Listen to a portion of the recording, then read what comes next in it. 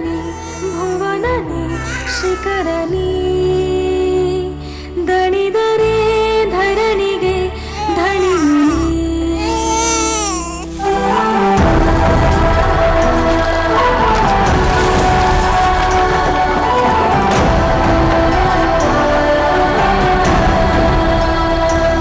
ಉದಯನಿ ಉಲ್ಕೆನಿ ಸಕಲನಿ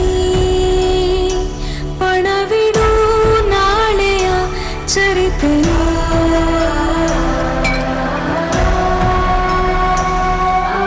ಯುಗವು ಇರುವ ತನಕವು ನೀನೇ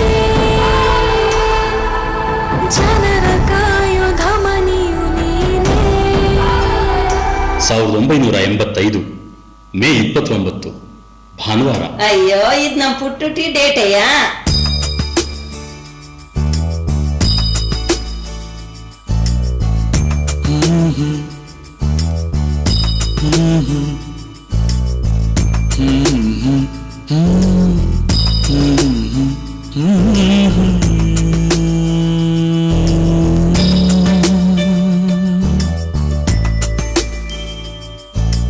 ಪುಟ್ಟ ಪುಟ್ಟ ಕೈ ಪುಟ್ಟ ಪುಟ್ಟ ಬಾಯಿ,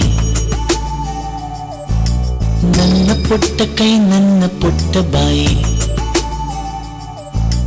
ಪುಟ್ಟ ಪುಟ್ಟ ಕಣ್ ಪುಟ್ಟ ಪುಟ್ಟ ಕಾಲ್, ನನ್ನ ಪುಟ್ಟ ಕಣ್ ನನ್ನ ಪುಟ್ಟ ಕಾಲ್, ಅಂಗೈಲಿದೆ ಆನಂದದ ಈ ಸೋಜಿಗ, ನನ್ನ ಭೂಮಿ ನನ್ನ ಪ್ರೀತಿ ನನ್ನ ಬಾಳು ಬಾಳ ತುಂಬ ನಾನು ನನ್ನ ಕನಸು. ಪದ್ಮಾವತಿ ಉಜ್ಜನಪ್ಪ ದಂಪತಿಗಳ ಕಿರಿಯ ಮಗನಾದ ನಮ್ಮ ಪುಟ್ಟು ಬಾಲ್ಯದಲ್ಲಿ ಬಹಳ ತುಂಟ, ಹಠಮಾರಿ, ಸ್ವಾಭಿಮಾನಿ ಕೂಡ.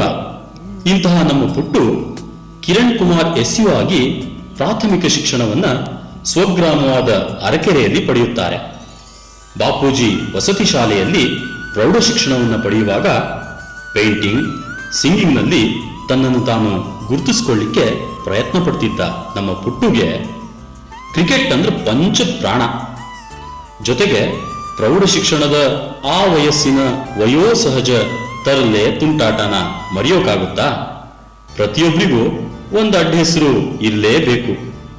ನಮ್ಮ ಪುಟ್ಟುಗೆ ಯಾವ ಅಡ್ಡ ಹೆಸರಿತ್ತು ನೀವೇ ನೋಡಿ. ಇವತ್ತು ಯಾವ ವಾರ ಹೇಳು? ಗುರುವಾರ. ಇವತ್ತು ಪುಳಿಯೋಗರೆ ತಾನೆ? ಬನ್ನಿ ಮತ್ತೆ.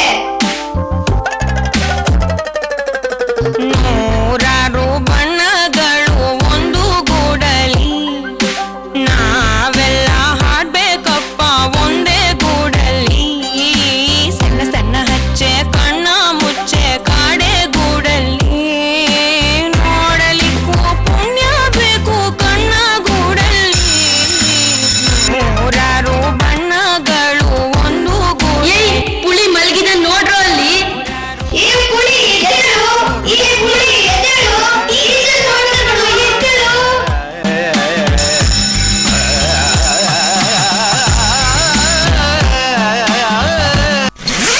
ಪ್ರೌಢ ಶಿಕ್ಷಣ ಮುಗಿಸಿದ ನಮ್ಮ ಪುಟ್ಟು ಸ್ವಾಭಿಮಾನದ ತಿರುವನ್ನ ಕಂಡಿದ್ದು PUನಲ್ಲಿ. ಕೇವಲ 16-17 ವರ್ಷದ ಹುಡುಗ. ತಂದೆ ಯಾವುದೋ ಇರಿಸು ಮಾತಿಗೆ ಮೇಸ್ತ್ರಿ ಕೃಷ್ಣಪ್ಪನವರ ಹತ್ರ ಆಗರ್ಭ ಶ್ರೀಮಂತನ ಮಗನಾದರೂ ಕೂಡ ಕಾರ್ಯ ಕೆಲಸ ಮಾಡಿ ತನ್ನ ಅಗತ್ಯತೆಗಳನ್ನು ಪೂರೈಸಿಕೊಳ್ತಾರೆ. ನೀವೇ ನೋಡಿ. ಎಷ್ಟು ಮಾತಾಡ್ತೀಯ ನೀನು? ನಿನಗೇನಾದ್ರೂ ಬೇಕಾದ್ರೆ ಅಷ್ಟು ಮಾತಾಡ್ತೀಯ ಅಂದ್ರೆ ನೀನೇ ದುಡ್ಡು ತಿನ್ಕೋ. ಆಯ್ತು, ನಾನೇ ದುಡ್ಡು ತೋರಿಸ್ತೀನಿ.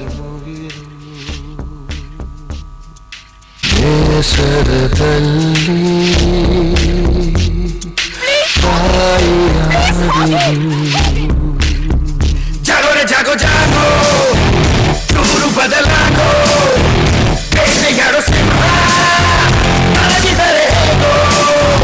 ಜಾಗೋ ರೇ ಜಾಗೋ ಜಾಗೋ, ಜ್ವಾಲಾಮುಖಿಯಾಗೋ, ಬೈರಿಗಳ ಮೇಲೆ ಮಿಂಚಂತೆ ನುಗ್ಗೋ.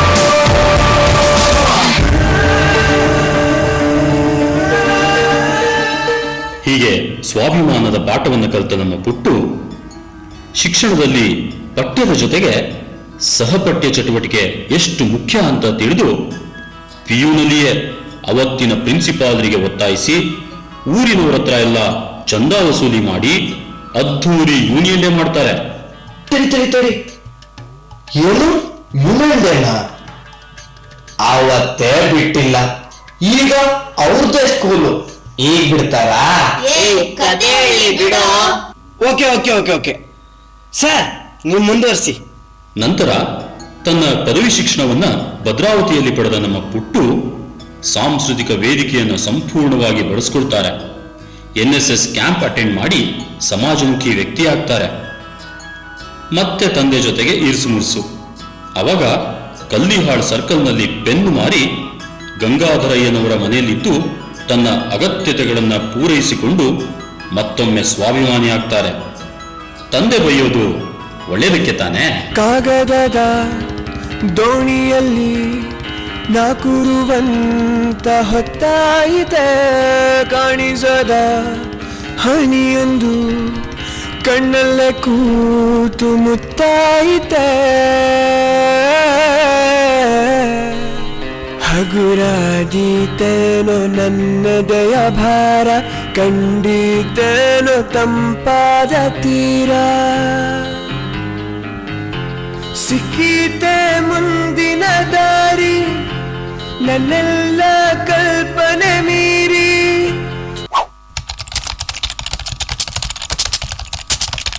ಇಂಗ್ಲಿಷ್ ಲಿಟರೇಚರ್ನಲ್ಲಿ ಮಾಸ್ಟರ್ ಡಿಗ್ರಿ ಪಡೆಯಲಿಕ್ಕೆ ಸಹ್ಯಾದ್ರಿ ಮಡಿಲಲ್ಲಿರೋ ಕುವೆಂಪು ವಿಶ್ವವಿದ್ಯಾನಿಲಯಕ್ಕೆ ಹೊರಟಾಗ ಆಗರ್ಭ ಶ್ರೀಮಂತನ ಮಗನಾದ್ರೂ ತಾಂತ್ರಿಕವಾಗಿ ಬಹಳ ಚುರುಕಾಗಿದ್ದ ನಮ್ಮ ಪುಟ್ಟು SK ಟೆಕ್ ಪಾಯಿಂಟ್ ಅನ್ನೋ ಜೆರಾಕ್ಸ್ ಅಂಗಡಿ ತೆಗಿತಾರೆ. ತನ್ನ ಶಿಕ್ಷಣದ ಅಗತ್ಯತೆಗಳನ್ನ ತಾನೇ ಪೂರೈಸಿಕೊಂಡು ಮತ್ತೊಮ್ಮೆ ಸ್ವಾಭಿಮಾನವನ್ನು ಸಾಬೀತುಪಡಿಸ್ತಾರೆ. ಅಷ್ಟೇ ಅಲ್ಲ, ತನ್ನ ಸ್ನೇಹಿತರ ಶಿಕ್ಷಣಕ್ಕೂ ನೆರವಾಗ್ತಾರೆ. ಅನೇಕ ಬಡ ಸ್ನೇಹಿತರಿಗೆ ಡೆಸರ್ಟೇಷನ್ ವರ್ಕ್, PhD ಥೀಸಿಸ್, ಎಷ್ಟೋ ನೋಟ್ಸ್ಗಳನ್ನು ಜೆರಾಕ್ಸ್ ಮಾಡಿ ಕೊಡ್ತಾರೆ. ಇವತ್ತಿಗೂ ಅವರ ಸಹಾಯನ ಬಹಳಷ್ಟು ಗೆಳೆಯರು ನೆನಪು ಮಾಡ್ಕೊಳ್ತಾರೆ.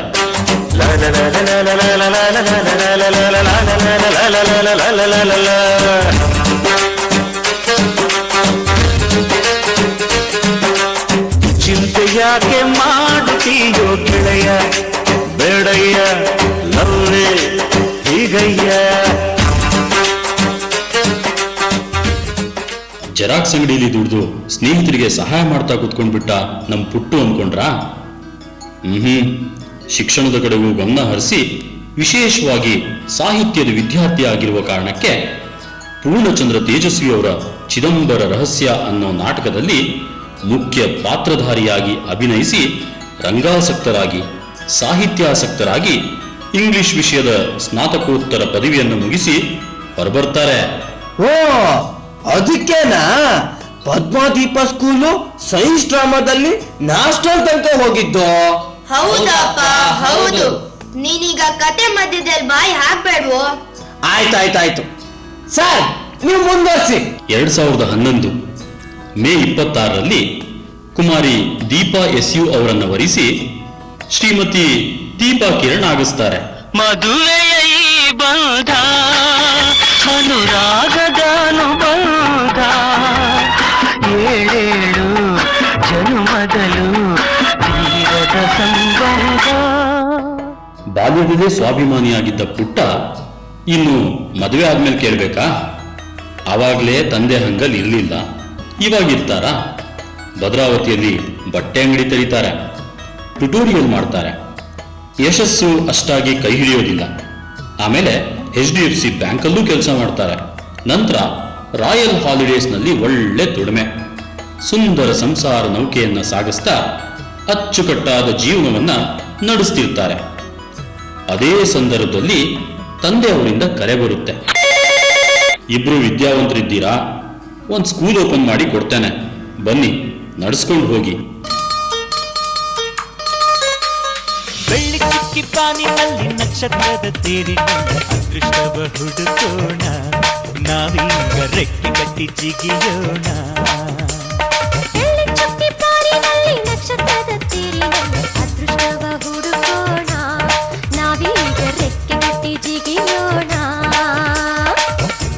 ಭಯ ದೂರ ಇಟ್ಟು ನಂಬಿಕೆಗೆ ಹೆಗಲ ಕೊಟ್ಟು ಛಲದಿಂದ ದುಡಿಯೋಣ.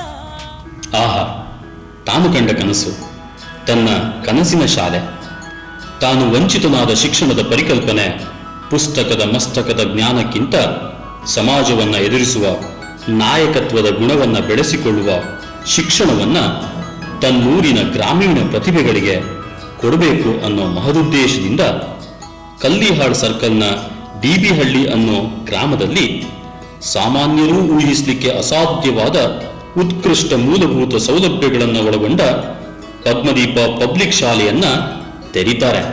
ಸರ್ ಒಂದು ಚೋಟ ಕ್ವಶನ್. ಈ ಪದ್ಮದೀಪ ಸ್ಕೂಲ್ ಅಂತ ಹೇಗೆ ಹೆಸರು ಬಂತು ಸರ್? ಹಾ, ಒಳ್ಳೆ ಪ್ರಶ್ನೆ.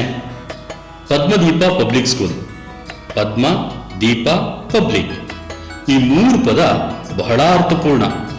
ಪುರುಷ ಪ್ರಧಾನ ಸಮಾಜದಲ್ಲಿ ಮಹಿಳೆಯರಿಗೆ ಕೊಡಬೇಕಾದ ಗೌರವವನ್ನ ಎತ್ತಿ ತೋರಿಸುತ್ತೆ. ಪದ್ಮ ಅಂದ್ರೆ ತನ್ನ ತಾಯಿ ಪದ್ಮಾವತಿ, ದೀಪ ಧರ್ಮಪತ್ನಿ, 2ನೇ ತಾಯಿ ಕೂಡ. ಪಬ್ಲಿಕ್ ಅಂದ್ರೆ ಸಮಾಜ, ಇಡೀ ಸಮಾಜವನ್ನ ಒಂದು ಕುಟುಂಬದ ರೀತಿಯಲ್ಲಿ ನೋಡೋ ಪರಿಕಲ್ಪನೆ. ವಸುದೈವ ಕುಟುಂಬಕಂ. ನಮ್ಮ ರಾಷ್ಟ್ರಕವಿ ಕುವೆಂಪು ಹೇಳೋ ಹಾಗೆ ಸರ್ವ ಜನಾಂಗದ ಶಾಂತಿಯ ತೋಟ ಕೂಡ. ದೇಶಕ್ಕೆ ಯೋಧ, ನಾಡಿಗೆ ರೈತ, ಬಾಳಿಗೆ ಗುರು ಒಬ್ಬ ತಾನೆ. ಅಕ್ಷರ ಕಲಿಸೋ, ಅಜ್ಞಾನ ಅಳಿಸೋ, ಅವನೂನು ಅನ್ನದಾತಾನೆ. ತಪ್ಪು ಸರಿಯ ತಿದ್ದಿ ತಿಳಿ ಹೇಳಿ ಸಮಬುದ್ಧಿ ನಮ್ಮ ಚಿತ್ತ ಶುದ್ಧಿಯಾಗೋ ಹಾದಿ. ಎಷ್ಟೇ ದೂರ ಹೋದ್ರೂ ಮರಿಬೇಡ ನಿನ್ನ ಬೇರು, ನಿನ್ನ ಸಾಧನೆಗೆಲ್ಲ ಇದುವೇ ಆದಿ. ಪಾಠಶಾಲಾ ಪಾಠಶಾಲಾ ಪಾಠಶಾಲಾ. ತನ್ನ ಕನಸಿನ ಶಾಲೆಗೆ ಬೇಕಾದ ಪೂರ್ವ ತಯಾರಿ ಶುರು. ಶಿವಮೊಗ್ಗ ಜಿಲ್ಲೆಗೆ ಮೊದಲ ಬಾರಿಗೆ ಮಾಂಟೇಸರಿ ಶಿಕ್ಷಣ ವ್ಯವಸ್ಥೆಯನ್ನ ಪರಿಚಯಿಸಬೇಕು ಅಂತ ಸ್ವತಃ ತಾವೇ ಟ್ರೈನಿಂಗ್ ತಗೊಂಡು ಅದ್ಭುತವಾದ ಸಾಂಸ್ಕೃತಿಕ ಸಂಸ್ಕಾರ ಒಳಗೊಂಡ ಶಿಕ್ಷಣ ಕೊಡಬೇಕು ಅಂತ ಹೆಜ್ಜೆ ಹಾಕ್ತಾರೆ. ಆದ್ರೆ ದಾರಿ ಅಷ್ಟು ಸುಲಭ ಇರಲಿಲ್ಲ. ಅನೇಕ ಏಳು ಬೀಳು ಎಡರು ತೊಡರುಗಳನ್ನ ಎದುರಿಸಬೇಕಾಯಿತು. ಆರ್ಥಿಕವಾಗಿ ಸ್ವಲ್ಪ ಸದೃಢನಾಗಬೇಕು ಅನ್ನೋ ತಂದೆಯ ಮಾತುಗಳು ಪೆಟ್ಟುಗಳನ್ನು ಕೊಟ್ಟವು. ಯಾಕೋ ತನ್ನ ಕನಸಿನ ಶಾಲೆ ಇಲ್ಲಿ ಪ್ರಬಲ ಆಗ್ತಿಲ್ಲ ಅಂತ ಮತ್ತೊಮ್ಮೆ ಅನಿಸಿದಾಗ ದಿಟ್ಟ ನಿರ್ಧಾರವನ್ನು ಕೈಗೊಳ್ತಾರೆ. ಸ್ವಾಭಿಮಾನದಿಂದ ತನ್ನದೇ ಆದ ಸ್ವತಂತ್ರ ಶಾಲೆ ಚನ್ನಗಿರಿಯ ದೊಂದರಘಟ್ಟ ಗ್ರಾಮದಲ್ಲಿ ಪದ್ಮದೀಪ ಇಂಟರ್ನ್ಯಾಷನಲ್ ಸ್ಕೂಲ್ ತೆರೀತಾರೆ. ಅಲ್ಲಿ ತನ್ನ ಕನಸಿನ ಬೀಜವನ್ನು ಬಿತ್ತಿ ಇನ್ನೇನು ಮೊಳಕೆ ಒಡಿಬೇಕು ಅನ್ನೋ ಸಮಯದಲ್ಲಿ ಕರೋನಾ ಮಹಾಮಾರಿ ಇಡೀ ಜಗತ್ತನ್ನ ತಲ್ಲಣಗೊಳಿಸುತ್ತೆ. ತಿರುಗುತ್ತಿರುವ ಭೂಮಿ ಹಿಂದು ನಿಲ್ಲಬಹುದೇ ಜ್ವರವು ಬಂದು, ಕಾಲ ನಿಂತರು ಬಾಳು ನಿಲ್ಲುವುದೇ.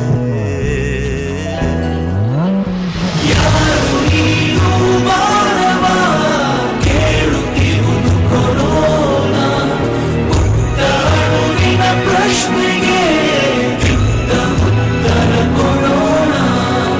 ಜಗತ್ತನ್ನೇ ತಲ್ಲಣಗೊಳಿಸಿದ್ದ ಈ ಕರೋನಾ ಇನ್ನು ನಮ್ಮ ಪುಟ್ಟು ಶಾಲೆನ ಬಿಡುತ್ತಾ? ಅಂತಹ ಕ್ಲಿಷ್ಟ ಸಂದರ್ಭದಲ್ಲೂ ಕೂಡ ನಮ್ಮ ಪುಟ್ಟು ತೆಗೆದುಕೊಂಡ ನಿರ್ಧಾರ ಎಂಥ ಮಾನವೀಯತೆಯನ್ನ ಮೆರೆಯುವಂಥದ್ದು. ನೀವೇ ನೋಡಿ. ನಮ್ಮೆಲ್ಲರ ಬದುಕನ್ನು ರೂಪಿಸ್ತಾ ಇರುವಂಥ ಶಿಕ್ಷಕರ ಬದುಕು ಇವತ್ತು ಬೀದಿಗೆ ಬಿದ್ದಿದೆ. ಹಾಗಾಗಿ ಆ ಒಂದು ವಿಚಾರವನ್ನ ನಾವು ಗಮನದಲ್ಲಿ ಇಟ್ಕೊಂಡು ಇವತ್ತು ನಮ್ಮ ಶಿಕ್ಷಣ ಸಂಸ್ಥೆಗಳಲ್ಲಿ ಆ ಥರದ ಅನುಭವಗಳು ನಮ್ಮ ಶಿಕ್ಷಕರಿಗೆ ಆಗಬಾರ್ದು ಅನ್ನೋ ಒಂದೇ ಕಾರಣಕ್ಕಾಗಿ ಪ್ರತಿಯೊಬ್ಬ ಶಿಕ್ಷಕರಿಗೂ ಜೊತೆಗೆ ಇಲ್ಲಿ ಕೆಲಸ ಮಾಡುವಂಥ ಎಲ್ಲ ವರ್ಗದ ಕೆಲಸಗಾರರಿಗೂ ಕೂಡ ಇವತ್ತು ಸಂಪೂರ್ಣವಾದ ವೇತನವನ್ನ ಕೊಡ್ತಾ ಇದ್ದೀವಿ. ಇನ್ಸ್ಟಿಟ್ಯೂಷನ್ ನಾವು ಸದಾ ಬೆಳಕು ಕೊಡುವ ದೀಪ ಅಂತೇಳಿ ಕರಿಬೋದು. ನಮ್ಮ ಶಾಲೆ ಇಡೀ ರಾಜ್ಯದಲ್ಲೇ ಒಂದು ಮಾದರಿ ಶಾಲೆಯಾಗಿ ಹೊರಹೊಮ್ಮುತ್ತಾ ಇದೆ. ಜಗತ್ತಿನಾದ್ಯಂತ ಈ ಕೊರೋನಾ ಪ್ಯಾಂಡಮಿಕ್ ಸಂದರ್ಭದಲ್ಲಿ ಇಲ್ಲಿ ವರ್ಕ್ ಮಾಡುವಂತ ಟೀಚರ್ಸ್ಗೆ ಆರ್ಥಿಕವಾಗಿ ಬೆನ್ನೆಲುಬಾಗಿ ನಿಂತು ಅವರ ಜೀವನಕ್ಕೆ ಬೆಳಕನ್ನು ಕೊಡುತ್ತೆ. ನಮ್ಮ ವೇತನವನ್ನ ಸ್ವಲ್ಪನೂ ಕೂಡ ಕಡಿತಗೊಳಿಸ್ತೇನೆ, ಸಂಪೂರ್ಣ ವೇತನವನ್ನ ನಮಗೆ ಕೊಡ್ತಾ ಇದ್ದಾರೆ, ನಮ್ಮನ್ನ ಅತ್ಯಂತ ಗೌರವಯುತವಾಗಿ ನಡೆಸ್ಕೊಳ್ತಾ ಇದ್ದಾರೆ. ಈ ಒಂದೇ ಒಂದು ಮಾತು ಸಾಕು ಅಂತ ಅನಿಸ್ತದೆ. ನಮ್ಮ ಸಂಸ್ಥೆ ನಮಗೆ ಹೆಮ್ಮೆ ಅಂತ ಅಂದ್ಕೊಳ್ಳಿಕ್ಕೆ. ಬೊಂಬೆ ಹೇಳುತ್ತೈತೆ ಮತ್ತೆ ಹೇಳುತ್ತೈತೆ ನೀನೇ ರಾಜಕುಮಾರ.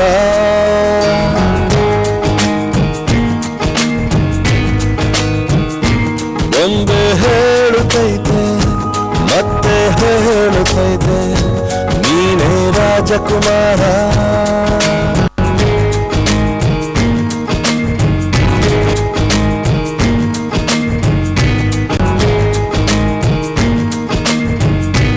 ಪ್ರಸ್ತುತ ಎರಡೂ ಶಾಲೆಗಳು ಸೇರಿ ಪದ್ಮದೀಪ ಸಮೂಹ ಶಿಕ್ಷಣ ಸಂಸ್ಥೆಗಳಾಗಿ ರಾಷ್ಟ್ರ ಮಟ್ಟದ ಸಾಧನೆಗೈಯುತ್ತಾ ಕೆಲವು ಪ್ರತಿಭಾನ್ವಿತ ವಿದ್ಯಾರ್ಥಿಗಳಿಗೆ ಉಚಿತ ಶಿಕ್ಷಣ ನೀಡಿ ಜೊತೆಗೆ ಮುಂದಿನ ಶಿಕ್ಷಣಕ್ಕೆ ಧನ ಸಹಾಯವನ್ನು ನೀಡುತ್ತಾ ಗ್ರಾಮೀಣ ಪ್ರತಿಭೆಗಳನ್ನ ಇಂತಹ ಭವ್ಯ ವೇದಿಕೆಯಲ್ಲಿ ಸಾಂಸ್ಕೃತಿಕವಾಗಿ ಅರಳುವಂತೆ ಮಾಡಿ ನಿಜವಾದ ಶಿಕ್ಷಣದ ಮಹತ್ವ ಸಾರುತ್ತಾ ಶ್ರೀಯುತರು ತಮ್ಮ ಕನಸುಗಳನ್ನು ಸಕಾರಗೊಳಿಸುತ್ತಾ ನಿಮ್ಮ ಮಧ್ಯೆ ಜ್ವಲಂತ ನಿದರ್ಶನವಾಗಿ ನಿಂತಿದ್ದಾರೆ. ಮಣ್ಣಿನ ಮಗನು ಇವನು ಕೊಡುಗೈದಾನಿ, ಚಿನ್ನದ ಮಗನು ಇವನು ಅದ್ಭುತ ಜ್ಞಾನಿ. ಜನಸೇವೆಗೆಂದೇ ಹುಟ್ಟಿರುವ ದೇವರ ಕುಲವು, ಇವರ ನೆರಳೆ ಬಡವರಿಗೆ ನೂರಾನೆಯ ಬಲವು. ಈ ಮಣ್ಣಿಗೂ ಇವರ ಋಣವೈತೆ, ಪ್ರತಿ ಉಸಿರು ಇವರ ನೆನ್ಪಿದೈತೆ. ಜಯ ರತ್ನಾಕರ ಜಯ ರತ್ನಾಕರ ಜಯ ರತ್ನಾಕರ ಜಯತೋ, ಜಯ ರತ್ನಾಕರ ಜಯ ರತ್ನ. ಈತನ್ಮಧ್ಯೆ ಬೆಣ್ಣೆನಗರಿ ದಾವಣಗೆರೆಯಲ್ಲಿ ಪುಟ್ಟಪ್ಪ ಗ್ರೂಪ್ ಆಫ್ ಹೋಟೆಲ್ಸ್ ಹಾಗೂ ಆರಾಧ್ಯ ರುಚೀಸ್ ಎಂಬ ಹೋಟೆಲ್ ಉದ್ಯಮಗಳನ್ನು ಯಶಸ್ವಿಯಾಗಿ ನಡೆಸಿಕೊಂಡು ಹೆಜ್ಜೆ ಇಡುತ್ತಿದ್ದಾರೆ. ಶಿಕ್ಷಣ ಕ್ಷೇತ್ರ ಹಾಗೂ ಹೋಟೆಲ್ ಉದ್ಯಮದಿಂದ ಸುಮಾರು 150 ಕುಟುಂಬಗಳಿಗೆ ಉದ್ಯೋಗ ಸೃಷ್ಟಿಸಿರುವ ಶ್ರೀಯುತರು ಈ 150 ಕುಟುಂಬಗಳ ಬಾಳಿನ ಬೆಳಕಾಗಿದ್ದಾರೆ. ಇಂತಹ ವ್ಯಕ್ತಿಗೆ ನಮ್ಮ ನಿಮ್ಮೆಲ್ಲರ ಮೆಚ್ಚುಗೆಯ, ಅಭಿನಂದನೆಯ, ಹೆಮ್ಮೆಯ ಚಪ್ಪಾಳೆ. ಸಾಧನೆ ತೋರಿದ ನಿಮಗೆಲ್ಲ ಸಾವಿರ ಸಾವಿರ ಚಪ್ಪಾಳೆ. ನಾಡಿನ ಕೀರ್ತಿಯ ಬೆಳಗಿಸಿದ ನಿಮಗಿದು ಹೆಮ್ಮೆಯ ಚಪ್ಪಾಳೆ. ಚಪ್ಪಾಳೆ ಚಪ್ಪಾಳೆ ಚಪ್ಪಾಳೆ ಚಪ್ಪಾಳೆ. ಎಸ್, ಒಂದು ಜೋರಾಗಿ ಚಪ್ಪಾಳೆ ಬರಬೇಕು ಅಂತ ಕೇಳ್ಕೊಳ್ತೀನಿ. ಈ ಬಯೋಪಿಕ್ ಮುಖಾಂತರ ಅವರ ಜೀವನವನ್ನೇ ನಮ್ಮ ಕಣ್ಣು ಮುಂದೆ ವೇದಿಕೆಯಲ್ಲಿ ತಂದಿದ್ದಾರೆ. ಸೊ ಈ ಒಂದು ಪರ್ಫಾರ್ಮೆನ್ಸ್ ಮಾಡಿದಂತಹ ಮಕ್ಕಳಿಗೊಂದು ಜೋರಾಗಿ ಚಪ್ಪಾಳೆ ಬರಲಿ. ಹಾಗೆ ಈ ಸಾಧನೆಯ ಹಾದಿಯಲ್ಲಿ ಸಾಧನೆಯನ್ನ ಮಾಡ್ತಾನೆ ಬೇರೆಯವರಿಗೆ ಸ್ಫೂರ್ತಿ ಆಗ್ತಿರುವಂತ ನಮ್ಮ ಕಿರಣ್ ಸರ್ ಒಂದ್ಸತಿ ಜೋರಾಗಿ ಚಪ್ಪಾಳೆ ಬರಬೇಕು ಅಂತ ಕೇಳ್ಕೊಳ್ತೀನಿ. ಈಗ ಬಯೋಪಿಕ್ ನೋಡಿರುವಂತಹ ಕಿರಣ್ ಸರ್, ಸಾರಿ ಪುಳಿಯೋಗರೆ ಪುಟ್ಟು ಸರ್ ಮಾತಾಡ್ಬೇಕಂತೆ. ಈ ಸುಂದರ ಸಂಜೆಯ ಪರ್ವ, ಮಕ್ಕಳ ಪರ್ವಕ್ಕೆ ಆಗಮಿಸಿರುವಂತಹ ತಮಗೆಲ್ಲರಿಗೂ ಕೂಡ ನನ್ನ ಹೃದಯಪೂರ್ವಕ ನಮಸ್ಕಾರಗಳು. ಇಷ್ಟೊತ್ತು ನನ್ನ ಪ್ರೀತಿಯ ವಿದ್ಯಾರ್ಥಿಗಳು ನನ್ನ ಜೀವನದ ಕೆಲವು ತುಣುಕುಗಳನ್ನು ಪುನಃ ನನ್ನ ಮುಂದೆ ತೆರೆದಿಟ್ಟರು. ಗೊತ್ತಿಲ್ಲ ಏನು ಹೇಳಬೇಕಂತ ಗೊತ್ತಾಗ್ತಾ ಇಲ್ಲ. ಇದರಲ್ಲಿ ದೊಡ್ಡತನ ಏನೂ ಇಲ್ಲ, ಜೀವನ ಹೆಂಗೆ ಬರುತ್ತೆ ಹಂಗೆ ಹೋಗಲೇಬೇಕಾಗತ್ತೆ. ಈಗ ಸ್ವಾಭಿಮಾನ ಅಂತ ನಾವು ನೋಡೋಕ್ಕೆ ಹೋದಾಗ ನೋವು, ಸಂಕಟಗಳು, ಅವಮಾನಗಳು ಕಟ್ಟಿಟ್ಬುತ್ತಿ. ಸ್ವಾಭಿಮಾನ ಬಿಟ್ಟರೆ ನಮಗೆ ಯಾವುದೂ ಸಮಸ್ಯೆಗಳು ಇರೋದಿಲ್ಲ. ನಾವು ಸ್ವಾಭಿಮಾನದಿಂದ ಬದುಕಲೇಬೇಕು ಅಂತ ಡಿಸೈಡ್ ಮಾಡಿದಾಗ ಖಂಡಿತವಾಗಿಯೂ ನಾವು ಸಂಕಟಗಳನ್ನು, ನೋವುಗಳನ್ನು, ಅವಮಾನಗಳನ್ನು ಅನುಭವಿಸಲೇಬೇಕು. ಅದು ನಮ್ಮವರಿಂದ ಆಗಿರ್ಬೋದು ಅಥವಾ ಸಮಾಜದಿಂದ ಆಗಿರ್ಬೋದು. ಇಂಥ ಸಂದರ್ಭದಲ್ಲಿ ಡಿ ವಿ ಜಿಯವರ ಒಂದು ಕಗ್ಗ ನನಗೆ ನೆನಪಾಗ್ತಾ ಇದೆ. ಬದುಕು ಜಟಕ ಬಂಡಿ ವಿಧಿ ಅದರ ಸಾಹೇಬ, ಕುದುರೆ ನೀನು ಅವನು ಪೇಳ್ದಂತೆ ಪಯಣಿಗರು, ಮದುವೆಗೋ ಮಸಣಕೋ ಪದ ಕುಸಿಯೇ ನೆಲವಿಹುದು ಮಂಕುತಿಮ್ಮ. ತುಂಬ ಅರ್ಥಗರ್ಭಿತವಾದ ಸಾಲುಗಳಿವು. ಅಂದರೆ ವಿಶ್ವದಲ್ಲಿರುವಂತಹ ಪ್ರತಿಯೊಂದು ಅಣುಜೀವಿಗೂ ಕೂಡ ಪರಮಾತ್ಮನೇ ಓನರ್ ಆಗಿರ್ತಾನೆ. ಸೊ ಅವನಿಗೆ ಹೇಗೆ ಹೇಳ್ತಾನೆ ನಾವು ಅದನ್ನು ನಡೆಸ್ಕೊಂಡು ಹೋಗಬೇಕಾಗತ್ತೆ. ನಮ್ಮ ಮಕ್ಕಳು ನನ್ನ ಜೀವನದ ಕೆಲವು ತುಣುಕುಗಳನ್ನು ಅಭಿನಯಿಸೋದ್ರ ಮೂಲಕ ತುಂಬ ಅತ್ಯದ್ಭುತವಾಗಿ ಅಭಿನಯಿಸಿದರು. ಅವರಿಗೆ ಮೊದಲನೇದಾಗಿ ನಾನು ಸಾಷ್ಟಾಂಗ ನಮಸ್ಕಾರಗಳನ್ನ ಅರ್ಪಿಸ್ತೇನೆ. ಇವರು ಇಟ್ಟಿರುವಂತಹ ಪ್ರೀತಿ ವಿಶ್ವಾಸನೇ ಇವತ್ತು ನನ್ನನ್ನು ಈ ವೇದಿಕೆ ತನಕ ಕರ್ಕೊಂಡು ಬಂದಿದೆ, ಮುಂದಿನೂ ಕೂಡ ಕರ್ಕೊಂಡು ಹೋಗುತ್ತೆ. ನನ್ನ ಜೀವನದಲ್ಲಿ 2 ವಿಚಾರಗಳು ನಾನು ತುಂಬ ಕೇಳ್ಪಟ್ಟಿರೋದು, ನನ್ನ ಸ್ನೇಹಿತರಿಂದಾಗಿರ್ಬೋದು ಅಥವಾ ನನ್ನನ್ನು ತುಂಬ ಹತ್ತಿರದಿಂದ ಬಲ್ಲವರಿಂದ ಆಗಿರ್ಬೋದು. ಒಂದು ವಿಚಾರ 5 ವರ್ಷಗಳ ಹಿಂದಿನ ತನಕದ ಜೀವನ ತನಕ ನಾನು ಕೇಳಿದ ಒಂದು ವಿಚಾರ ಅವ್ರಿಗೆ ಗೊತ್ತಿರುತ್ತೆ. ಅಂದರೆ ನನ್ನನ್ನು ತುಂಬ ಹತ್ತಿರದಿಂದ ನೋಡಿದವರಿಗೆ ಏನೇನೆಲ್ಲ ನಾನು ನೋವುಗಳನ್ನ ಅನುಭವಿಸ್ತಾ ಇದ್ದೀನಿ, ಅವಮಾನಗಳನ್ನ ಅನುಭವಿಸಿದವ್ರಿಗೆ ಗೊತ್ತು. ಆ ಕಾರಣಕ್ಕೆ ಅವರು ಒಂದು ಕನಸಿನಿಂದ ಹೇಳ್ತಾ ಇದ್ರು, ಇಷ್ಟೆಲ್ಲ ಸಮಸ್ಯೆಗಳು ಇಟ್ಕೊಂಡು ನೀನು ಹೆಂಗೆ ಆರಾಮಾಗಿರ್ತೀಯ, ಹೆಂಗೆ ಖುಷಿಯಾಗಿರ್ತೀಯ. ಎಲ್ಲರೂ ಇರ್ಬೋದು ಖುಷಿಯಾಗಿ, ಪ್ರತಿಯೊಬ್ಬರು ಕೂಡ ಖುಷಿಯಾಗಿರಬೇಕು ಅಂದರೆ ನಾವು 2 ವಿಚಾರಗಳನ್ನ ಪಾಲಿಸಲೇಬೇಕಾಗತ್ತೆ. ಒಂದು, ನಾವು ಯಾರ ಬಗ್ಗೆನೂ ಮಾತಾಡಬಾರ್ದು. ಇನ್ನೊಂದು, ನಮ್ಮ ಬಗ್ಗೆ ಯಾರು ಏನೇ ಹೇಳಿದ್ರು ಕೂಡ ನಾವು ಕೇಳಬಾರ್ದು. ಇವೆರಡು ವಿಚಾರಗಳನ್ನ ನಾವು ಜೀವನದಲ್ಲಿ ಅಳವಡಿಸ್ಕೊಂಡಿದ್ದೇ ಆಗಿದ್ರೆ ಖಂಡಿತವಾಗಿಯೂ ನಾವು ಕೊನೆಯವರೆಗೂ ಖುಷಿಯಾಗಿರ್ಬೋದು. ಸಮಸ್ಯೆಗಳು ಮನುಷ್ಯನಿಗೆ ಬರದೆ ಮರಕ್ಕಂತೂ ಬರೋದಿಲ್ಲ. ಹಾಗಾಗಿ ಸಮಸ್ಯೆಗಳು ಬರ್ತಾನೆ ಇರುತ್ತೆ, ನಾವು ಅದನ್ನು ಫೇಸ್ ಮಾಡೋ ಶಕ್ತಿನ ಪಡ್ಕೊಳ್ತಾನೆ ಇರ್ತೀವಿ, ನಮಗೆ ಇಚ್ಛಾಶಕ್ತಿ ಇದ್ದರೆ ಮಾತ್ರ. ಈ ವಿಚಾರವಾಗಿ ಸಾಕಷ್ಟು ಇನ್ಸಿಡೆಂಟ್ಗಳು ನಡೆದಿದೆ, ನನ್ನ ಕಣ್ಮುಂದೆನೇ ನಡೆದಿದೆ. 1-2 ವಿಚಾರಗಳನ್ನ ಒಂದು ವಿಚಾರ ನಿಮ್ಮ ಮುಂದೆ ಹಂಚ್ಕೊಳ್ಳೋದಾದರೆ ತುಂಬ ಮಜಾ ಇದೆ. ಸರ್ಕಲಲ್ಲಿ ನಮ್ಮ ಪೆಟ್ರೋಲ್ ಬಂಕ್ ಹತ್ರ ನಾನು ಕೂತಿರ್ಬೇಕಾದ್ರೆ ಯಾರೋ 2 ದಾರಿ ಹೋಕರು ಮಾತಾಡ್ಕೊಳ್ತಾ ಬರ್ತಾರೆ. ನಾನು ಕೂತಿದ್ದ ಜಾಗದ ಪಕ್ಕದಲ್ಲೇ ಬಂದು ಕೂತ್ಕೊಳ್ತಾರೆ. ನನಗೆ ಅವ್ರ ಮುಖ ಪರಿಚಯ ಇಲ್ಲ, ಸಾಮಾನ್ಯ ಅವರಿಗೂ ನನ್ನ ಮುಖ ಪರಿಚಯ ಇರಲಿಕ್ಕಿಲ್ಲ.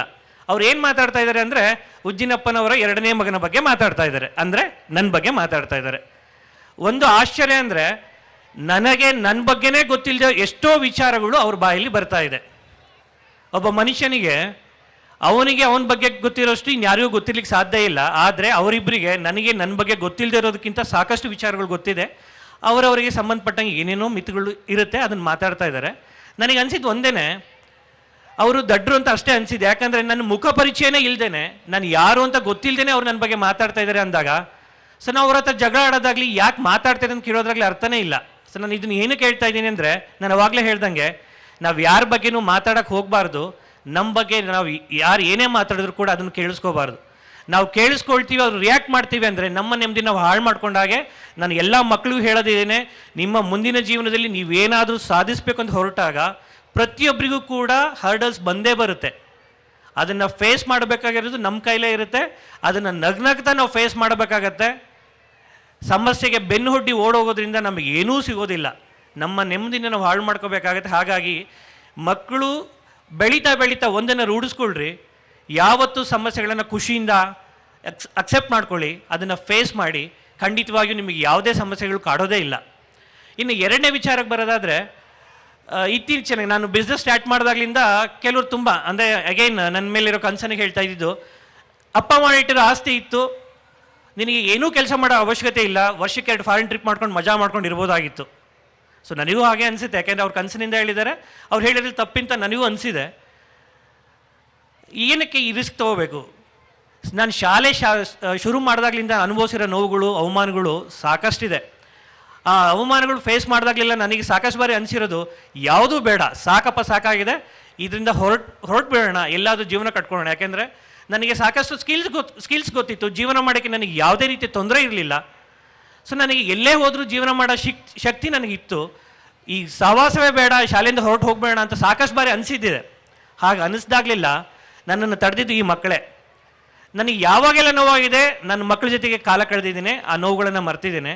ನನ್ನ ನೋವುಗಳನ್ನು ಮರೆಯೋದಕ್ಕೆ ನಾನು ಬಳಸ್ಕೊಂಡಿದ್ದ ದಾರಿ, ನಾನೇ ಸ್ವತಃ ಬಸ್ ಡ್ರೈವ್ ಮಾಡಿಕೊಂಡು ಪ್ರತಿಯೊಂದು ಊರಿಗೆ ಹೋಗಿ ಮಕ್ಕಳನ್ನ ಪಿಕ್ ಮಾಡಿದ್ದಿದೆ.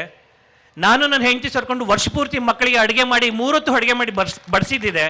ಮಕ್ಕಳಿಗೆ ಕೈತೂತು ಕೊಟ್ಟಿದ್ದಿದೆ, ಮಕ್ಕಳ ಜೊತೆಗೆ ಕ್ರಿಕೆಟ್ ಲಗೋರಿ ಆಟ ಆಡಿದ್ದಿದೆ. ಈ ಎಲ್ಲ ವಿಚಾರಗಳು ನನ್ನ ಮಕ್ಕಳ ಜೊತೆ ನಾನು ಪಾಲ್ಗೊಂಡಿದ್ದೇನೆ. ಆ ಮಕ್ಕಳೇ ಇವತ್ತು ನನ್ನನ್ನು ಉಳಿಸಿರೋದು, ಈ ವೇದಿಕೆ ತನಕ ಕರ್ಕೊಂಡು ಬಂದಿರೋದು, ಮುಂದೆನೂ ಕೂಡ ಕರ್ಕೊಂಡು ಹೋಗೋದು. ಹಾಗಾಗಿ ಇನ್ನೊಂದು ವಿಚಾರ ಹೇಳೋದಾದರೆ, ಯಾರು ಯಾರನ್ನು ಜಡ್ಜ್ ಮಾಡೋಕ್ಕೆ ಹೋಗಬೇಡಿ. ಯಾರು ಕೂಡ ಯಾರನ್ನು ಜಡ್ಜ್ ಮಾಡೋದ್ರಿಂದ ಏನು ಸಿಗೋದೂ ಇಲ್ಲ. ಯಾಕೆಂದರೆ ಅವ್ರ ಬಗ್ಗೆ ಅವ್ರಿಗೆ ಮಾತ್ರ ಗೊತ್ತಿರುತ್ತೆ. ಅನವಶ್ಯಕವಾಗಿ ಇನ್ನೊಬ್ಬರ ಬಗ್ಗೆ ಮಾತಾಡೋದಾಗಲಿ, ಇನ್ನೊಬ್ಬರ ಬಗ್ಗೆ ಕಮೆಂಟ್ ಮಾಡೋದಾಗಲಿ, ಸಾಧ್ಯವಾದರೆ ಅವರ ನೋವಿಗೆ ಹೆಗಲಾಗಿ, ಇಲ್ಲ ಅಂದರೆ ಯಾವುದೇ ಕಾರಣಕ್ಕೂ ಅವ್ರ ತಂಟೆಗೆ ಹೋಗಬೇಡಿ. ಬಸವಣ್ಣನವರು ಒಂದು ವಚನ ಹೇಳಿದರೆ ಎಲ್ರಿಗೂ ಗೊತ್ತಿರುತ್ತೆ, ಲೋಕದ ಡೊಂಕ ನೀವೇಕೆ ತಿದ್ದುವಿರಿ, ನಿಮ್ಮ ಮನವ ಸಂತೈಸಿಕೊಳ್ಳಿ, ನಿಮ್ಮ ನಿಮ್ಮ ತನುವ ಸಂತೈಸಿಕೊಳ್ಳಿ.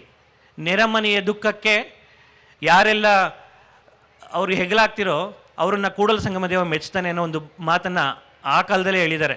ಆ ಕಾಲಕ್ಕೂ ಈ ಕಾಲಕ್ಕೂ ಮನುಷ್ಯನ ಮನಸ್ಥಿತಿಯಲ್ಲಿ ಯಾವುದೇ ರೀತಿಯ ಬದಲಾವಣೆ ಆಗಿಲ್ಲ. ಆ ಬದಲಾವಣೆ ಆಗಲಿ ಅಂತಲೇ ಬಸವಣ್ಣ ಆ ಕಾಲದಲ್ಲಿ ವಚನ ಬರೆದಿದ್ದು.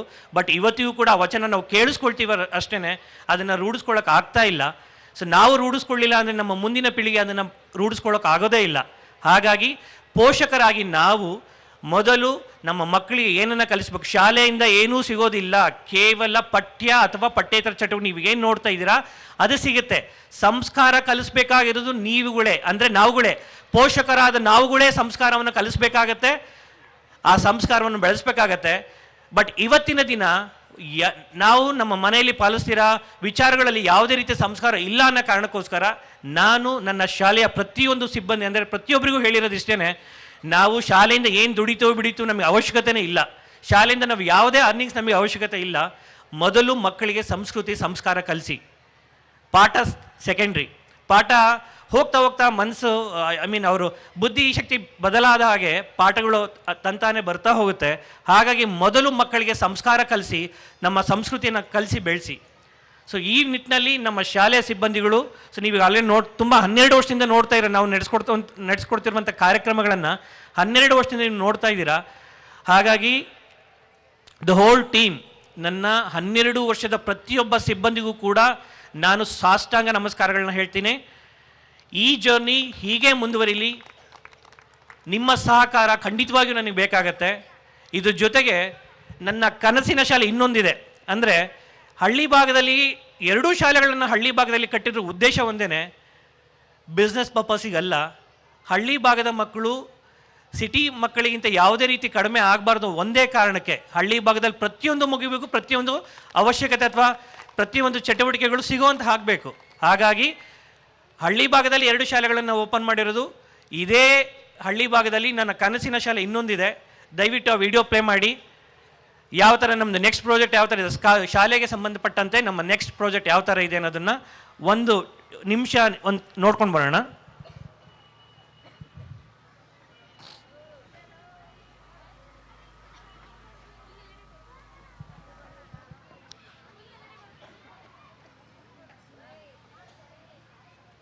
ಎರಡು ವರ್ಷದ ಹಿಂದೆನೇ ಈ ಪ್ರಾಜೆಕ್ಟ್ ರೆಡಿ ಆಗಿರೋದು. ನಿಮ್ಮ ಸಹಕಾರಕ್ಕಾಗಿ ನಾನು ಎದುರು ನೋಡ್ತಾ ಇದ್ದೀನಿ. ನಿಮ್ಮ ಸಹಕಾರ ಎಷ್ಟು ಶೀಘ್ರವಾಗಿ ನಮಗೆ ದೊರೆಯುತ್ತೋ ಅಷ್ಟು ಶೀಘ್ರವಾಗಿ ನನ್ನ ಕನಸಿನ ಶಾಲೆ, ನಿಮ್ಮ ಕನಸಿನ ಶಾಲೆ, ನಿಮ್ಮ ಮಕ್ಕಳ ಕನಸಿನ ಶಾಲೆ ಇದೇ ಗ್ರಾಮೀಣ ಭಾಗದಲ್ಲಿ ನಿರ್ಮಿತವಾಗುತ್ತೆ.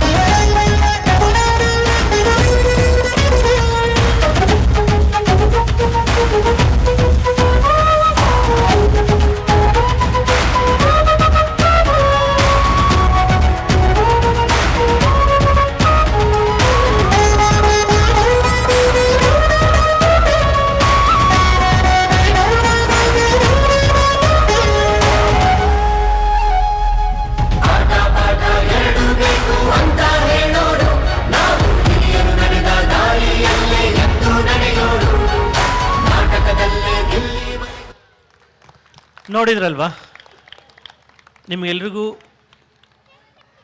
ಇಷ್ಟ ಆಗಿದೆ ಅಂದ್ಕೊಳ್ತೀನಿ. ಇದುವರೆಗೂ ನನಗೆ ಮಾತಾಡಲಿಕ್ಕೆ ಅವಕಾಶ ಕೊಟ್ಟಿದ್ದೀರಾ. ಇಷ್ಟು ದಿನ ನಿಮ್ಮ ಮುಂದೆ ನಿಂತಿದ್ದೀನಿ, ಇನ್ನು ಮುಂದೆನೂ ನಿಲ್ಲಬೇಕು ಅಂತ ಆಸೆ ಪಡ್ತಾ ಇದ್ದೀನಿ. ಸೊ ನಿಮ್ಮಿಂದ ನಾನು ಯಾವುದೇ ರೀತಿ ಇದಕ್ಕೆ ಫಂಡ್ಸ್ ಬೇಕು ಅಂತ ನಿರೀಕ್ಷೆ ಮಾಡೋದಿಲ್ಲ. ನಿಮ್ಮ ಪ್ರೀತಿ, ವಿಶ್ವಾಸ, ಸಹಕಾರ ಇದು ಮಾತ್ರ ನಾನು ಎಕ್ಸ್ಪೆಕ್ಟ್ ಮಾಡ್ತಾ ಇರೋದು. ಹಾಗಾಗಿ ನಮ್ಮಿಂದ ಸಾಕಷ್ಟು ತಪ್ಪುಗಳು ಆಗಿರ್ಬೋದು, ಮನುಷ್ಯ ಅಂದಮೇಲೆ ತಪ್ಪು ಮಾಡಲೇಬೇಕಾಗತ್ತೆ. ಬಟ್ ಆ ತಪ್ಪುಗಳನ್ನು ತಿದ್ಕೊಳ್ಳಿಕ್ಕೆ ನನಗೆ ಯಾವುದೇ ರೀತಿ ಮುಜುಗರ ಇಲ್ಲ. ಆ ತಪ್ಪುಗಳನ್ನು ಒಪ್ಕೊಳ್ಳೋದಕ್ಕೂ ಕೂಡ ನನಗೆ ಯಾವುದೇ ರೀತಿ ಮುಜುಗರ ಇಲ್ಲ. ಸೊ ನಿಮ್ಮ ಸಹಕಾರ, ಪ್ರೀತಿ, ವಿಶ್ವಾಸ ಖಂಡಿತವಾಗಿಯೂ ಈ ಶಾಲೆ ಮೇಲೆ, ನಮ್ಮ ಶಾಲೆಯ ಮಕ್ಕಳ ಮೇಲೆ ಹೀಗೆ ಇರಲಿ. ಕೊನೆಯದಾಗಿ ಒಂದು ಸಣ್ಣ ಕತೆ ಹೇಳೋದ್ರ ಮೂಲಕ ನನ್ನ ಮಾತನ್ನು ನಾನು ಮುಗಿಸ್ತೇನೆ. ಮಕ್ಕಳಿಗೆ ಫ್ಯೂಚರಲ್ಲಿ ಯಾವ ರೀತಿ ನಮ್ಮನ್ನು ನಾವು ರೆಡಿ ಮಾಡ್ಕೋಬೇಕು, ಯಾವ ರೀತಿ ನಮ್ಮ ಆಲೋಚನೆಗಳು ರೂಪುಗೊಳ್ಬೇಕು ಅನ್ನೋ ಒಂದು ಕಾರಣಕ್ಕೆ ಒಂದು ಕಥೆ ಹೇಳ್ತೀನಿ. ಸಾಮಾನ್ಯವಾಗಿ ಗೊತ್ತಿರುತ್ತೆ, ಎಲ್ರಿಗೂ ಗೊತ್ತಿರುತ್ತೆ, ಆದರೂ ಕೂಡ ಮತ್ತೊಮ್ಮೆ ನಾನು ಹೇಳೋಕ್ಕೆ ಇಷ್ಟಪಡ್ತೀನಿ. ಕಪ್ಪೆ ಕತೆ. ಒಮ್ಮೆ ಒಂದು ಊರಲ್ಲಿ ಕೆರೆಯಲ್ಲಿರೋ ಎಲ್ಲ ಕಪ್ಪೆಗಳು ಒಂದು ಮೀಟಿಂಗ್ ಮಾಡುತ್ತವೆ. ಏನು ಮೀಟಿಂಗ್ ಮಾಡುತ್ತೆ? ನಾವು ಈ ಕೆರೆನೇ ಒಂದು ಪ್ರಪಂಚ ಅಂದ್ಕೊಂಡಿದ್ದೇವೆ, ಈ ಪ್ರಪಂಚದ ಆಚೆಗೆ ಇನ್ನೊಂದು ಪ್ರಪಂಚ ಇದೆ ಅಂತೆ. ಆ ಪ್ರಪಂಚ ಸಮುದ್ರ. ನಾವು ಯಾಕೆ ಎಲ್ಲರೂ ಕೂಡ ಈ ಪ್ರಪಂಚದಿಂದ ಆ ಪ್ರಪಂಚಕ್ಕೆ ಹೋಗಬಾರ್ದು ಅಂತ ಒಂದು ಮೀಟಿಂಗ್ ಮಾಡ್ಕೊಳ್ತೇವೆ. ಎಲ್ಲರೂ ಕೂಡ ಓಕೆ, ಸೊ ಎಲ್ಲರೂ ಒಪ್ಕೊಳ್ತಾರೆ, ಒಂದು ಜರ್ನಿ ಸ್ಟಾರ್ಟ್ ಮಾಡ್ತಾರೆ. ಕೆರೆಯ ಪ್ರಪಂಚದಿಂದ ಸಮುದ್ರದ ಪ್ರಪಂಚದ ಕಡೆಗೆ ಕಪ್ಪೆಗಳ ಜರ್ನಿ ಸ್ಟಾರ್ಟ್ ಆಗುತ್ತೆ. ಹೀಗೆ ಹೋಗಬೇಕಾದ್ರೆ ಒಂದು 3-4 ಕಪ್ಪೆ ಮಿಸ್ ಆಗಿ ದಾರಿಯಲ್ಲಿ ಇರೋ ಒಂದು ಆಳವಾದ ಬಾವಿಲಿ ಬಿದ್ದುಬಿಡುತ್ತೆ. ಏನಾಗುತ್ತೆ? ಒಂದು 3-4 ಕಪ್ಪೆ ದಾರಿಲಿ ಹೋಗಬೇಕಾದ್ರೆ ದಾರಿಲಿರೋ ಒಂದು ಆಳವಾದ ಬಾವಿಲಿ ಬೀಳುತ್ತವೆ. 4 ಕಪ್ಪೆಗಳು ಕೆಳಗಡೆ ಬಿದ್ದಿದೆ. ಇನ್ನು ಉಳಿದಿರೋ ಎಲ್ಲ ಕಪ್ಪೆಗಳು ಬಾವಿಯ ಮೇಲ್ಗಡೆ ಸುತ್ತಲೂ ನೋಡ್ತಾ ಇದೆ. ಆ 4 ಕಪ್ಪೆಗಳನ್ನು ನೋಡ್ತಾ ಇದ್ದಾವೆ. ಬಾವಿಲಿರೋ ಕಪ್ಪೆಗಳು ಮೇಲ್ ಬರಲಿಕ್ಕೆ ಟ್ರೈ ಮಾಡ್ತಾ ಇದ್ದಾವೆ, ಜಿಗಿತಾ ಇದ್ದಾವೆ, ನೆಗರುತ್ತಾ ಇದ್ದಾವೆ, ತಮ್ಮ ಎಲ್ಲ ಸಾಮರ್ಥ್ಯವನ್ನು ಹಾಕಿ ಮೇಲೆ ಬರಲಿಕ್ಕೆ ಪ್ರಯತ್ನ ಪಡ್ತಾ ಇದ್ದಾವೆ. ಈ ಪ್ರಯತ್ನದಲ್ಲಿ 2 ಕಪ್ಪೆ ಸತ್ತೇ ಹೋಗ್ಬಿಡುತ್ತೆ. ಇನ್ನು 2 ಕಪ್ಪೆ ಉಳಿಯುತ್ತೆ. ಮೇಲಿರೋ ಎಲ್ಲ ಕಪ್ಪೆಗಳು ಕಿರಿಸ್ತಾ ಇರುತ್ತವೆ, ನಿಮ್ಮ ಕೈಲಿ ಯಾವುದೇ ಕಾರಣಕ್ಕೂ ಮೇಲೆ ಬರ್ಲಿಕ್ಕೆ ಆಗೋದಿಲ್ಲ, 2 ಕಪ್ಪೆ ಆಲ್ರೆಡಿ ಸತ್ತಿದೆ, ನೀವು ವ್ರತ ಪ್ರಯತ್ನ ಮಾಡೋಕ್ಕೆ ಹೋಗಬೇಡಿ, ಅಲ್ಲೇ ಇರಿ, ಅಟ್ಲೀಸ್ಟ್ ಜೀವ ಉಳಿಯುತ್ತೆ. ಮೇಲ್ಗಡೆ ಎಲ್ಲ ಕಪ್ಪೆಗಳು ಕಿರಿಸ್ತಾ ಇರುತ್ತೆ. ಸೊ ಇದನ್ನು ಕೇಳಿಸ್ಕೊಂಡ ಒಂದು ಕಪ್ಪೆ ಏನು ಮಾಡುತ್ತೆ? ಇಲ್ಲ, ಕರೆಕ್ಟು, ಮೇಲ್ಗಡೆ ಹೇಳ್ತಿರೋ ಕಪ್ಪೆಗಳು ಸರಿಯಾಗಿ ಹೇಳ್ತಾ ಇದ್ದಾವೆ, ಅಟ್ಲೀಸ್ಟ್ ನನ್ನ ಜೀವನ ಆದರೂ ಉಳಿಯುತ್ತೆ, ನಾನು ಏನು ಪ್ರಯತ್ನ ಮಾಡದೇ ಇದ್ರೆ ಅಂತ ಏನು ಮಾಡುತ್ತೆ? ಒಂದು ಕಪ್ಪೆ ಹಾಗೆ ಇದ್ಬಿಡುತ್ತೆ. ಆದರೆ ಇನ್ನೊಂದು ಕಪ್ಪೆ ಮಾತ್ರ ತನ್ನ ಪ್ರಯತ್ನ ನಿಲ್ಲಿಸೋದೇ ಇಲ್ಲ. ಎಗರುತ್ತೆ ಎಗರುತ್ತೆ ಎಗರುತ್ತೆ ಎಗರುತ್ತೆ ಬೀಳುತ್ತೆ, ಎಗರುತ್ತೆ ಬೀಳುತ್ತೆ. ಕೊನೆಗೆ ಒಂದು ಸರಿ ತನ್ನ ಎಲ್ಲ ಸಾಮರ್ಥ್ಯವನ್ನು ಹಾಕಿ ಒಮ್ಮೆ ಜಿಗಿಯುತ್ತೆ, ಬಾವಿಯಿಂದ ಮೇಲ್ಗಡೆ ಬರುತ್ತೆ. ಮೇಲ್ಗಡೆ ಬಂದ ತಕ್ಷಣ ಆ ಕಪ್ಪೆ ಹೇಳುತ್ತೆ ಮೇಲ್ಗಡೆ ಇರೋ ಎಲ್ಲ ಕಪ್ಪೆಗಳಿಗೆ, ತುಂಬ ಥ್ಯಾಂಕ್ಸ್, ನೀವೆಲ್ಲರೂ ನನಗೆ ಸಪೋರ್ಟ್ ಮಾಡಿದ್ರಿ, ನಿನ್ನಿಂದ ಆಗುತ್ತೆ, ಬಾ ಬಾ ಬಾ ಅಂತ ನೀವು ಕಿರಿಸ್ತಾ ಇದ್ರಿ. ಸೊ ನನಗೆ ಅದು ತುಂಬ ಸಪೋರ್ಟ್ ಮಾಡ್ತು, ನನಗೆ ಆತ್ಮಸ್ಥೈರ್ಯ ತುಂಬಿತು, ಹಾಗಾಗಿ ನಾನು ನಿಮ್ಮೆಲ್ಲರ ಸಪೋರ್ಟಿಂದ ಮೇಲ್ಗಡೆ ಬಂದು ಅಂತ ಹೇಳಿ ನಕ್ಕಿ ಹೋಗುತ್ತೆ. ಮೇಲ್ಗಡೆ ಇರೋ ಎಲ್ಲ ಕಪ್ಪೆಗಳಿಗೆ ಏನನ್ಸುತ್ತೆ? ಇವನೇನು ಹುಚ್ಚನ, ನಾವು ಬರಬೇಡ ಬರಬೇಡ ಅಂತ ಕಿರಿಸ್ತಾ ಇದ್ದೀವಿ, ಸಾಹಿತ್ಯ ಅಂತ ಕಿರಿಸ್ತಾ ಇದ್ದೀವಿ, ಇವನು ಮೇಲ್ಗಡೆ ಬಂದು ಹೀಗೆ ಹೇಳ್ತಾ ಇದ್ದಾನಲ್ಲ ಅಂತ. ಅದರಲ್ಲಿ ಆ ಕಪ್ಪೆಗಳಲ್ಲಿ ಒಂದು ಕಪ್ಪೆ ಹೇಳುತ್ತೆ, ಇಷ್ಟೆಲ್ಲ ತಲೆ ಕೆಡಿಸ್ಕೋಬೇಡಿ, ಆ ಕಪ್ಪೆಗೆ ಕಿವಿ ಕೇಳೋದಿಲ್ಲ, ಕಿವುಡ ಅವನು, ಹಾಗಾಗಿ ನೀವು ಏನೇ ಕಿರ್ಚಾಡಿದ್ರು ಅರ್ಚಾಡಿದ್ರು ಅವನಿಗೆ ಕೇಳಿಸಿಲ್ಲ, ಅವನ ಪ್ರಯತ್ನ ಅವನು ಮಾಡ್ದ, ಮೇಲ್ ಬಂದ, ಜೀವ ಉಳಿಸ್ಕೊಂಡ. ಇದ್ರ ತಾತ್ಪರ್ಯ ಮಕ್ಕಳಿಗೆ ನಾನು ಹೇಳೋದಿಷ್ಟೇ, ಯಾವುದೇ ಕಾರಣಕ್ಕೂ ಯಾವುದೇ ನೆಗೆಟಿವ್ಸ್ಗೆ ಕಿವಿ ಕೊಡಬೇಡಿ, ನಿಮ್ಮ ಪ್ರಯತ್ನವನ್ನು ಯಾವತ್ತೂ ನಿಲ್ಲಿಸಬೇಡಿ. ಸಾಕಷ್ಟು ವಿಚಾರಗಳಲ್ಲಿ ನಿಮ್ಮನ್ನು ಕಾಲೆಳೆಯೋದಕ್ಕೆ ಪ್ರಯತ್ನ ಪಡ್ತಾರೆ, ಹಾಗಾಗಿ ಯಾವುದೇ ರೀತಿ ತಲೆ ಕೆಡಿಸ್ಕೊಳ್ಳದೆ ಕಿವುಡರಾಗಿ ಸಾಧನೆ ಮಾಡಬೇಕಾದ್ರೆ ನಾವು ಕಿವುಡರಾಗಬೇಕಾಗತ್ತೆ. ಕಿವುಡರಾಗಿ ಮುಂದೋಗಿ ಖಂಡಿತವಾಗಿ ನಿಮಗೆ ಯಶಸ್ಸು ಸಿಗುತ್ತೆ ಅಂತ ಹೇಳ್ತಾ ಮತ್ತೊಮ್ಮೆ ಎಲ್ರಿಗೂ ನಾನು ಧನ್ಯವಾದಗಳು ಅರ್ಪಿಸ್ತೇನೆ. ಜೊತೆಗೆ ನನ್ನ ಜೊತೆ ಇಷ್ಟು ವರ್ಷ ನಿಂತು ಇನ್ನು ಮುಂದೆನೂ ನಿಲ್ತೀನಿ ಅಂತ ಭರವಸೆ ಕೊಟ್ಟಿರುವಂತಹ ನನ್ನ ತಾಯಿ, ತುಂಬ ಅಸಹಾಯಕಳು, ತುಂಬ ಕಷ್ಟಪಟ್ಟಿರೋಳು, ತುಂಬ ಅನುಭವಿಸಿರೋಳು, ಲೈಫಲ್ಲಿ ಯಾರು ಪ್ರಪಂಚದಲ್ಲಿ ಅನುಭವಿಸೋಕ್ಕೆ ಸಾಧ್ಯ ಆಗದೇ ಇರೋಂಥ ನೋವುಗಳು ಅನುಭವಿಸಿದಾಳೆ, ನಾನು ಕಣ್ಣಾರೆ ನೋಡಿದ್ದೀನಿ, ಇವತ್ತು ಸಾಕ್ಷಿಯಾಗಿದ್ದೀನಿ. ನಾನು ಇಷ್ಟಪಡೋದು ಒಂದೇ, ನನ್ನ ತಾಯಿ ನಾನಿರೋವರು ಖುಷಿಯಾಗಿರಬೇಕು. ಸೊ ನನ್ನ ಹೆಂಡ್ತಿನೂ ಕೂಡ ತುಂಬ ಕಷ್ಟಪಟ್ಟು, ನಾನು ಎಷ್ಟೇ ಬೈದರು ಅಥವಾ ಸಿಟ್ಟು ಮಾಡಿಕೊಂಡ್ರು ಸೊ ನನ್ನ ಸಪೋರ್ಟಿಗೆ ನಿಂತಿದ್ದಾಳೆ. ನಾನು ಎಷ್ಟೇ ಹುಚ್ಚಾಟ್ಗಳು ಅಂದರೆ ನನ್ನ ಇನ್ವೆಸ್ಟ್ಮೆಂಟ್ ಸ್ವಲ್ಪ ಜಾಸ್ತಿ, ನನ್ನ ಆಲೋಚನೆಗಳು ಸ್ವಲ್ಪ ಜೋರಿರುತ್ತೆ, ಅದನ್ನೆಲ್ಲ ತಡ್ಕೊಂಡು ಪ್ರತಿಯೊಂದು ಹೆಜ್ಜೆಯಲ್ಲೂ ಕೂಡ ನನ್ನ ಜೊತೆಗೆ ನಿಂತಿದ್ದಾರೆ. ಜೊತೆಗೆ ನನ್ನ ಕೆಲವು ಸ್ನೇಹಿತರಿದ್ದಾರೆ, ಶ್ವರ ಆಗಿರ್ಬೋದು, ಅಥವಾ ಏನು ನೀವು ನೋಡಿದ್ರಲ್ಲಿ BCL ಟೀಮ್ ಆಗಿರ್ಬೋದು, ಅಥವಾ ನನ್ನ ಬಾಮೈದ ಕುಮಾರ, ಅವನು ಇದುವರೆಗೂ ಕೂಡ ನನ್ನ ಸಪೋರ್ಟಿಗೆ ಯಾವಾಗಲೂ ನಿಂತಿದ್ದಾನೆ. ಇವರೆಲ್ಲರ ಸಹಕಾರದಿಂದ ನಾನು ಇದೀನಿ. ಜೊತೆಗೆ ಮುಖ್ಯವಾಗಿ 12 ವರ್ಷಗಳಿಂದ ನೀವು ನನ್ನ ಜೊತೆ ನಿಂತಿದ್ದೀರಾ. ಈ ಸಹಕಾರಕ್ಕೆ ನಾನು ಮತ್ತೊಮ್ಮೆ ಸಾಷ್ಟಾಂಗ ನಮಸ್ಕಾರಗಳನ್ನು ಅರ್ಪಿಸ್ತಾ ಇದುವರೆಗೂ ನನಗೆ ಮಾತಾಡಲಿಕ್ಕೆ ಅವಕಾಶ ಕೊಟ್ಟಂತಹ ತಮಗೆಲ್ಲರಿಗೂ ಧನ್ಯವಾದಗಳನ್ನು ಅರ್ಪಿಸ್ತೇನೆ. Thank you so much. Thank you all the teachers. Thank you so much.